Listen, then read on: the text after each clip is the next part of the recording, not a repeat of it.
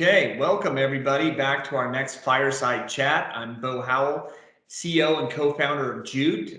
These Fireside Chats, we get together with other industry experts to talk about hot trends in the industry. And today I've got Paul Lally from Whipfly to talk about strategies that can help RIAs achieve their peak performance, or as Paul likes to call it, prime. So Paul, welcome to the show. Thank you, Bo. Tell us a little bit about this concept of prime that you and Whipfly, are developing and deploying out in the marketplace. Sure. And this prime transcends industries. It's really about being an entrepreneur. And oftentimes entrepreneurs, you start a business, and I call it the wonder, the blunder, the thunder phase of being an entrepreneur. That wonder phase is, should I start a business? How will I start a business? I'm smarter than my boss and I can do it better, or I want to do things differently. And then every business owner, when they step out and start a business, there's a period of time that I call it the blunder phase, where you may have a really good skill set, or you're really good at attracting people or business development, but you're really learning how to run a business. And Sure. my father, who was a pretty successful entrepreneur, he gave me a great pointer in life. He said, remember, as an entrepreneur, you're going to make more mistakes than you do things right, and the mistakes better not kill you, and the things you do right really better pay off. Right. And that's true. And so every entrepreneur goes through this blunder phase. And those who make it out of the blunder phase, and some will fail. We know the statistics, the amount of businesses that fail in the first couple of years of their existence, because they can never get. But then they hit this thunder phase, and they've learned how to create sustainable revenue and control expenses. Now they're generating real cash flow. In the beginning of starting a business, you're just taking pure risk. Now you're taking calculated risk, because you're making good decisions with 50% of the information. But that business, while you're going through these stages, it's tracking through a life cycle. You founded it, you're growing, you're expanding. And then what happens is the business will reach a stage in its life cycle where it's most high performing. It's at its most optimized, which means it's at its most viable, stable, sustainable, profitable. And some firms, for them looking to sell that business at the time, it's its most valuable.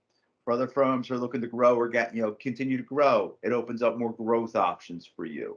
So we sat back and we said, okay, what is this stage called? What do we call this stage? And sometimes we think we're smarter than we are. And somebody said in the room goes, well, isn't it like being in the prime of your life, or your prime earning years, or the prime of your career? And we said, well, that's it for a business. That business at that point is now in its prime. Sure. What happens, Bo, though, a lot of firms miss their prime. They get into it and they end up on the back end, which the very close to the prime, and on that back end is maturity, where you start taking less risks, you start trying to protect more, because you don't want to sacrifice what you built to get to prime. Right. So prime is this state of high optimization. It's this state of high performance So of a what do firm. you often see as the primary factors either preventing firms from getting into prime, or if they've been through it, getting back to prime? Yeah. So prime, we call it a velocity wheel. There's components, there's characteristics, we call them components, that we say firms must possess these components, but these components are intrinsically connected, so they have to continue to operate together.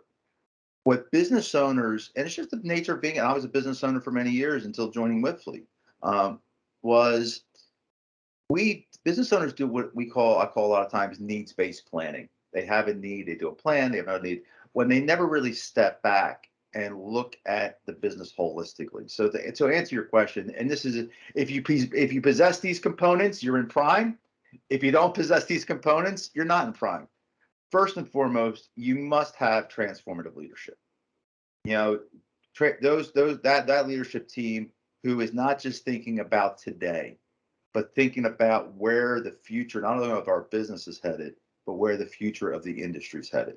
Sure. And then in doing that, the second big component in the prime is your operations have to be efficient. You have to have a good, efficient operating platform.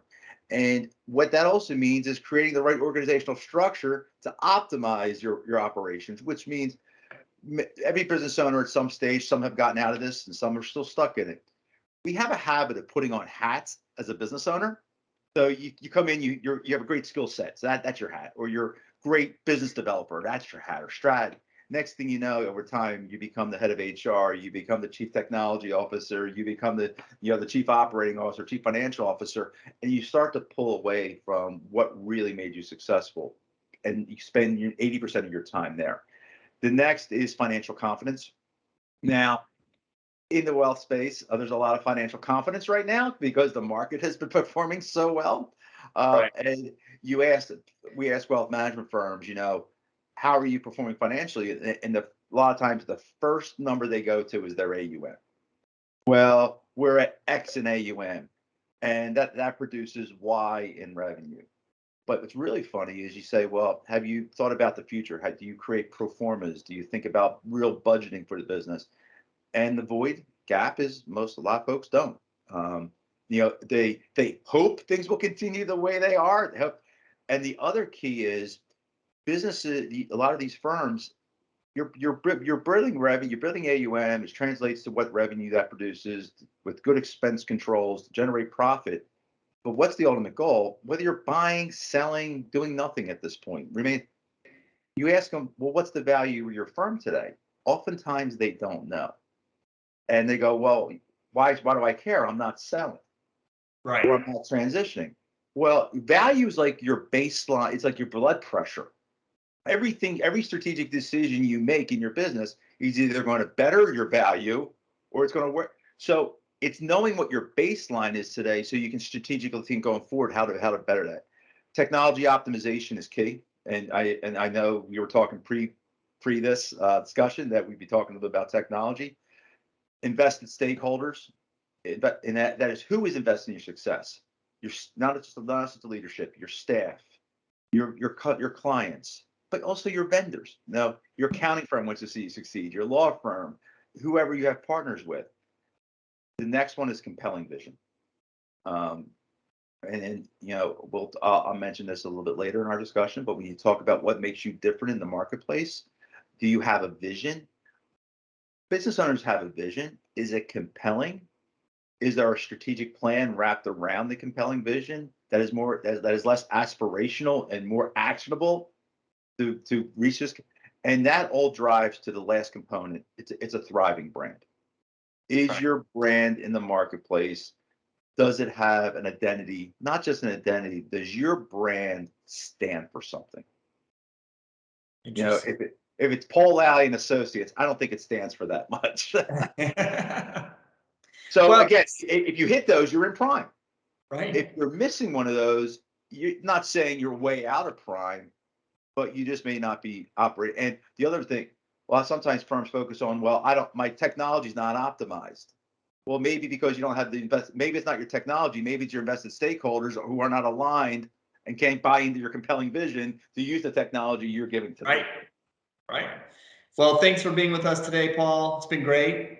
And thanks to all of our viewers out there. Again, if you have any questions or content or topics you'd like us to address, feel free to reach out and contact us. Otherwise, keep an eye out for more from Whitflea and Prime and more from Jude on our Fireside Chats. Thanks. Oh, thank you.